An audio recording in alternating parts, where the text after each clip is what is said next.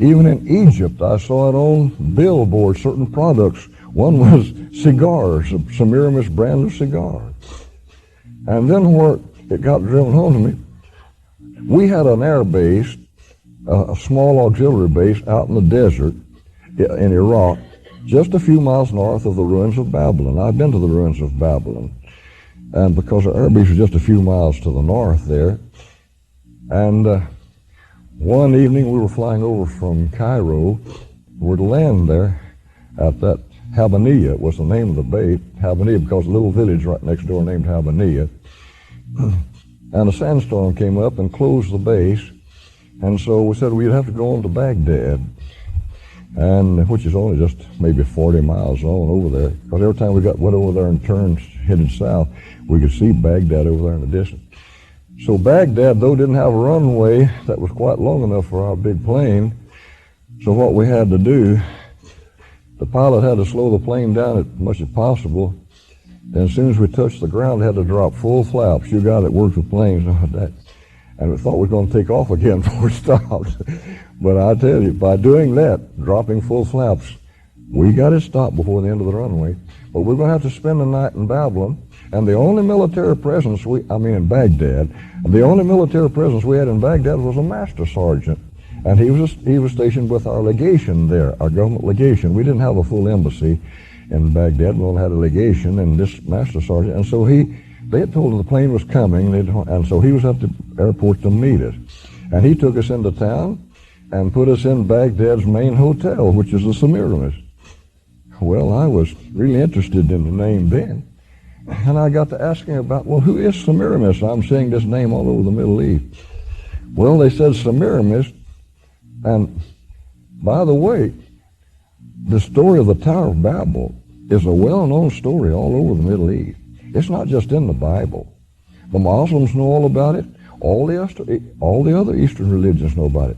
The Tower of Babel is just a well-known, and I'll show you how well-known it is. Semiramis, they said, was the common-law wife of Nimrod. And so she was a black woman. He was a white, and they were living together without marriage. It's common law. And it was Nimrod who founded Babylon. I mean, that's the story that's all over the Middle East. That's just like, it's very common. And they founded the city of Babylon. And it was in the city of Babylon where the first idols were ever carved. In fact, when it said, and we know the Bible says Nimrod was a mighty hunter before the Lord. The word used there for hunter didn't talk about lions and tigers, it's talking about people. That he was a murderer, he was a mass murderer, that he hunted down and killed people. And before the Lord means in defiance of God. And so you put that in its real Semitic meaning, it said Nimrod was a hunter, was a murderer of people in defiance of God. It's what he was. And he has a common law wife, this black woman, and they made the first idols. In fact, when he said, let us build a tower to heaven, it didn't mean they're going to try to build a tower high enough to go to heaven. They had more sense than that. It meant it'd be dedicated to heaven. And the Middle East is that it was to be dedicated to Marduk,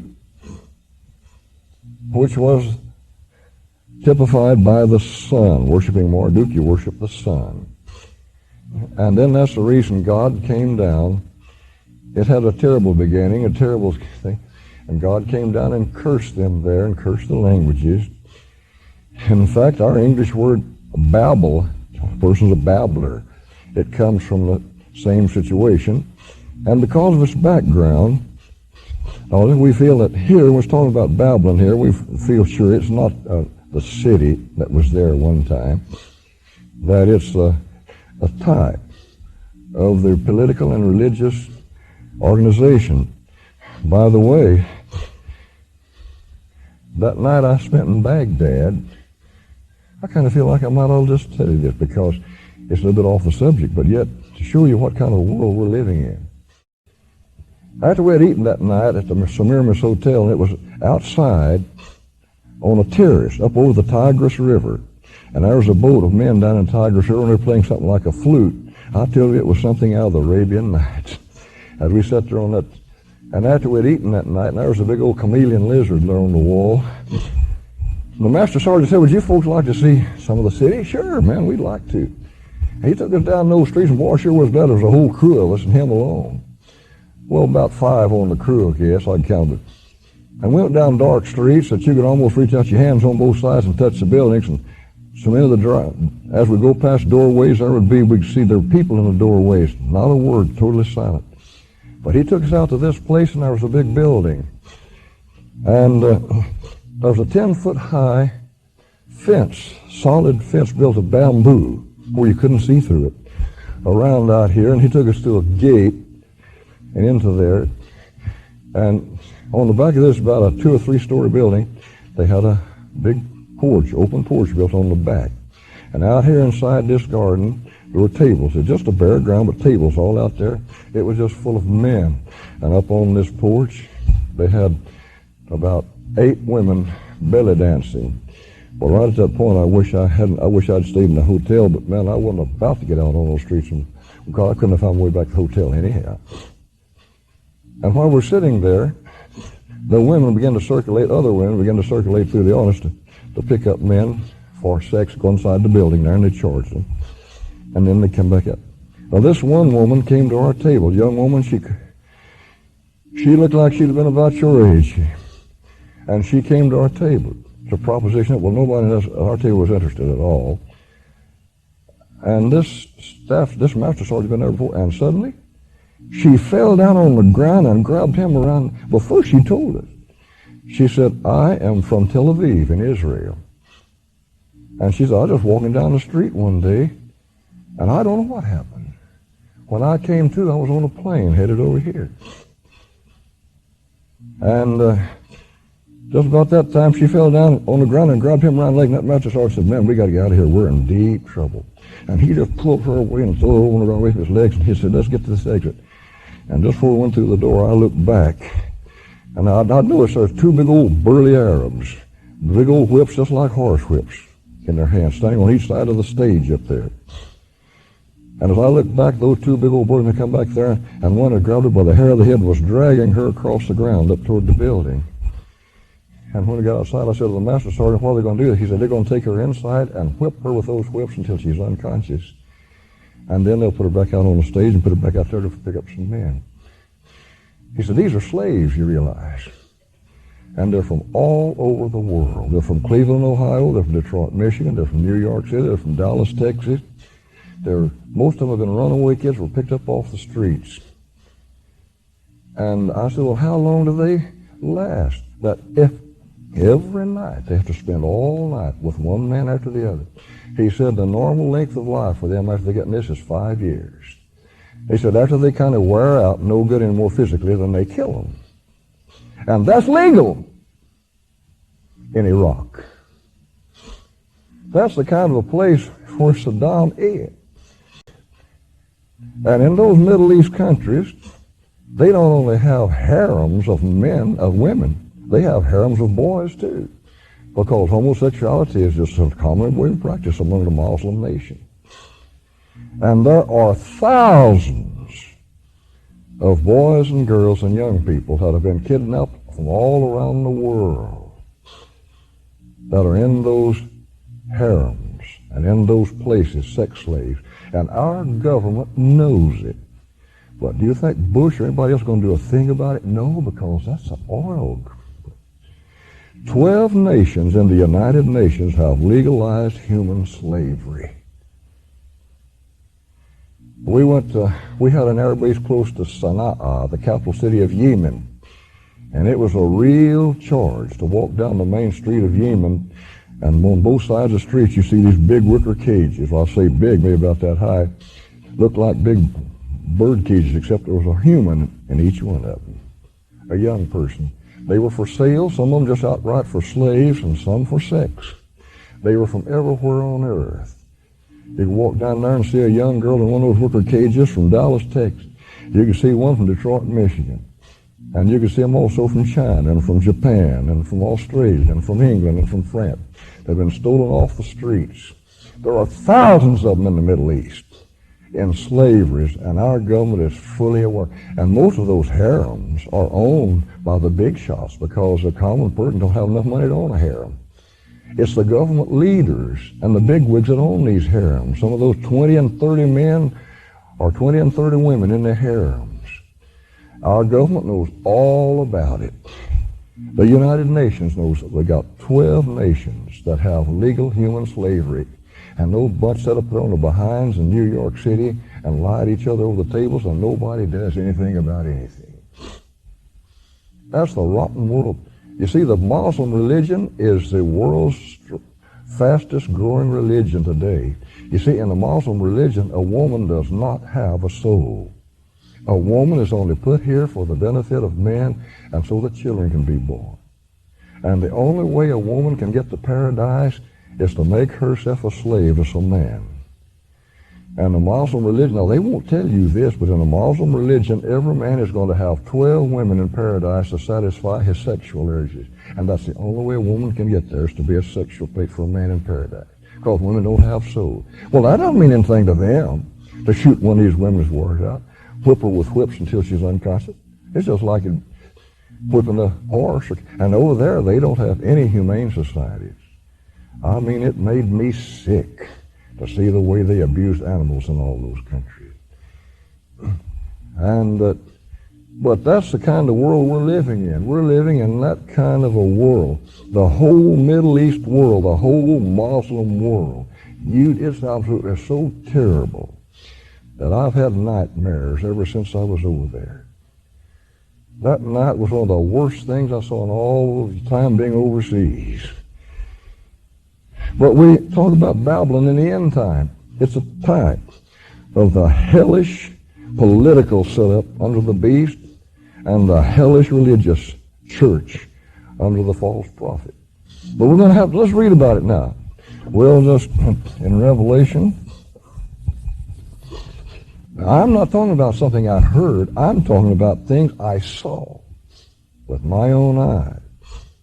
And it makes me so unhappy when I see that, even pictures of that bunch of devils sitting up there in New York. We've got our own ambassador to the United Nations. They sit up there and smile with each other, and Daniel says they'll all speak lies at the same table. And they know what's going on in the world, and nobody's ever going to lift a voice because we don't want to lose a gallon of oil from Arabia. And it's the big shots who have the main harems, the government leaders and the rich. Let's read in chapter 17. The seventh trumpet has just sounded. The seventh bowl rather has just been emptied. But it says it is done. That means now it's time for Armageddon. We're to the end of the tribulation period. But before it does, it tells about the dooms. We're going to look at them here as we go along. Then one of the seven angels who had the seven bowls came and talked with me, saying to me, "Come, I will show you the judgment of the great harlot who sits on many waters." Waters means peoples, many nationalities, in other words. This, now we're talking about the world church, the great harlot, with whom the kings of the earth committed fornication, and the inhabitants of the earth were made drunk with the wine of her fornication. So he carried me away in the spirit into the wilderness, and the wilderness in prophecy only means the great mass of unregenerate humanity in the world. I saw a woman, this is the world church, sitting on a scarlet beast. This is the political ruler, because they're working hand in hand. The false prophet is working hand in hand with the political ruler. Sitting on a scarlet beast, which was full of names of blasphemy, here it is, the 7 heads and the 10 horns. We've explained that. There were 10 nations in his basic kingdom, but 3 of them had lost their national identity. But all the rest of the world is hooked to him in what you might call the United Nations. The woman was arrayed in purple and scarlet, and adorned with gold and precious stones and pearls, having in her hand a golden cup full of abominations and the filthiness of her fornication. I want to tell you a little experience I had one night.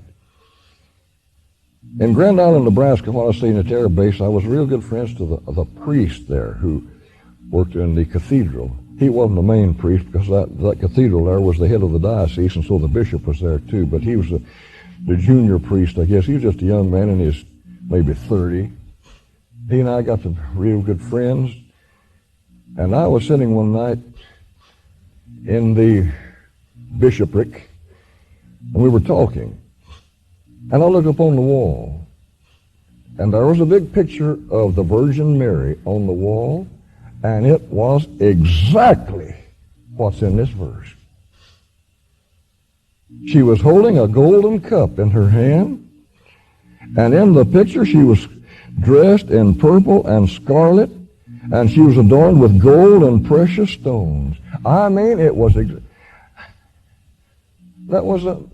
purple and scarlet were the two big colors in the picture. Her clothes, purple and scarlet, and she had a gold cup in her hand. A few nights later, I was talking to the priest, and I said, I want you to look at that picture up there. I said, did you know that picture of the Virgin Mary you have hanging here on the wall is an exact picture of what Revelation says about the great harlot? And he just blushed and turned white. And I said, read it. 17th chapter of Revelation. And he said, well, I don't know, and changed the subject. But I mean, it was exactly the same picture. Now, I'm not saying that the Catholic Church itself per se is the world church, because all the denominations that are allowed to exist will all belong to the world church, including the Assemblies of God. And we're getting so political in some of our places, it won't be hard to get some of them joined. And on her forehead a name was written, Mystery, Babylon the Great, the mother of harlots and of the abominations of the earth. This is talking about spiritual harlotry. And so now we're seeing here the religious Babylon who's going to meet her doom at this point. But the angel said to me, why? Well, I said, I saw the woman drunk with the blood of the saints and with the blood of the martyrs of Jesus. This may shock some of you to know. Did you know who is responsible for the death of more Christians than any other organization in the world? The church.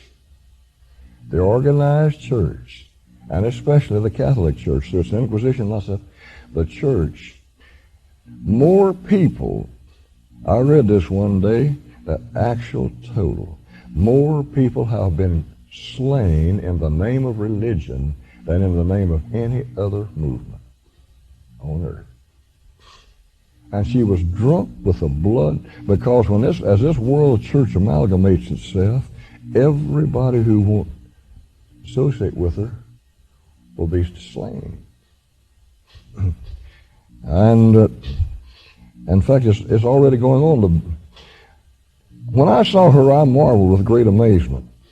But the angel said to me, well, why do you marvel? I will tell you the mystery of the woman and of the beast that carries her, which has the 7 heads and the 10 horns. The beast that you saw was and is not, and will ascend out of the bottomless pit and go to perdition. And this was and is not, and will ascend out of the pit.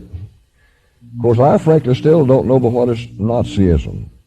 I think this may be the resurgence of Germany right now that is ascending out of the pit, because day by day Nazism has taken a strong hold again in Germany among the younger people.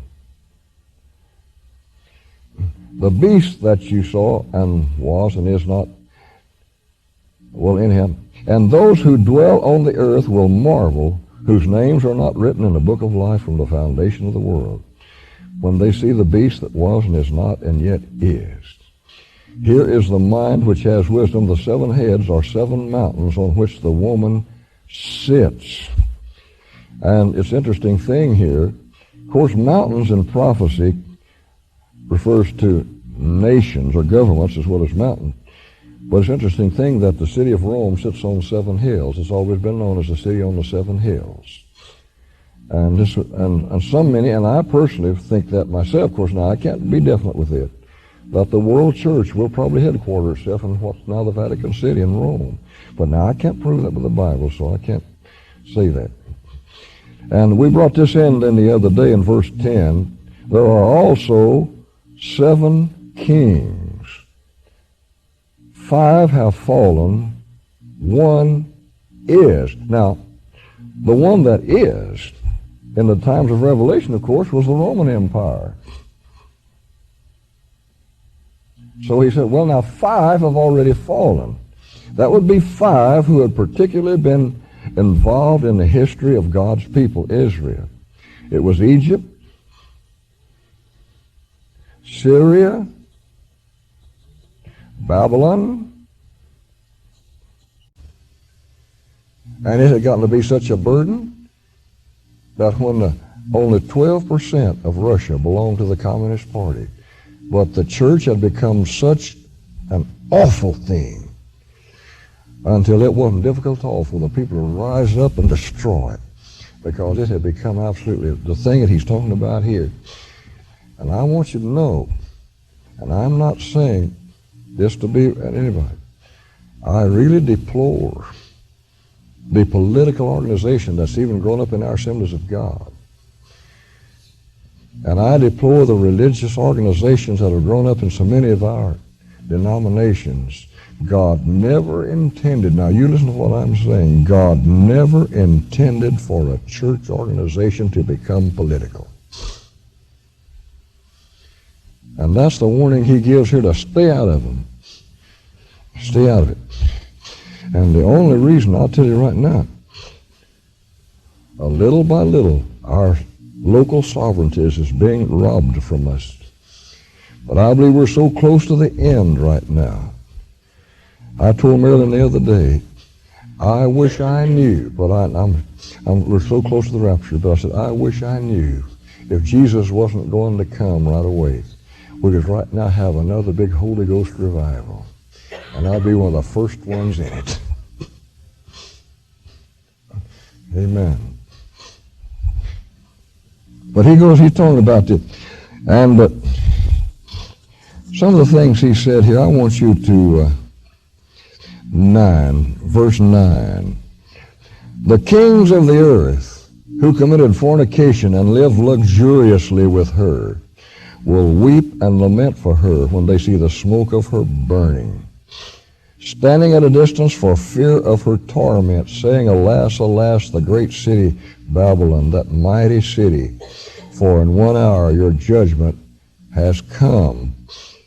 And if they do make the Vatican City their headquarters, this would be simply a picture of the Vatican City being torched. But I don't know. I mean, I can't prove that. I'll just say, but listen, verse 11, and the merchants of the earth will weep and mourn over her, for no one buys their merchandise anymore. Did you ever stop to think that the great shopping centers, the great shopping seasons are all connected with the church? The great shopping center of the whole year, they're even getting ready now for Christmas, the Christ Mass. The merchants of the earth, some of them, they say right here, they said that they make as much money during the Christmas season as they expect to make the whole rest of the year. A religious organization. What's the next big one? Easter. What is Easter? That's a religious holiday. Thanksgiving. What's it for? You can say, well, that's political. No. It's giving thanks to God for having landed safely. The big shopping seasons today were started, or their church organization. And so when he destroys the church, there won't be Christmas, won't be Easter. Who's going to buy, he said, who's going to buy these things? Down in verse 12. No one buys a merchandise anymore. Merchandise of gold and silver, precious stones and pearls, fine linen and purple, silk and scarlet, every kind of citron wood, every kind of object of ivory, every kind of object of most precious wood, bronze, iron, and marble, and cinnamon and incense, fragrant oil and frank incense, wine and oil, fine flour and wheat, cattle and sheep, horses and chariots, bodies and souls of men, Christmas presents, Easter presents, Mother's Day presents, Father's Day presents, Thanksgiving presents. They're all oriented on a religious theme. The merchants of these things who become rich by her will stand at a distance for fear of her torment, weeping and wailing. Verse 17, for in 1 hour such great riches came to nothing. Every shipmaster, all who travel by ship, sailors, and as many as trade on the sea, stood at a distance and cried out when they saw the smoke of her burning, saying, what is like this great city? They threw dust on their heads and cried out, weeping and wailing and saying, alas, alas, that great city in which all who had ships on the sea became rich by her wealth. For in 1 hour she is made desolate. But look what he said in verse 20. Rejoice over her, O heaven, you holy apostles and prophets, for God has avenged you on her.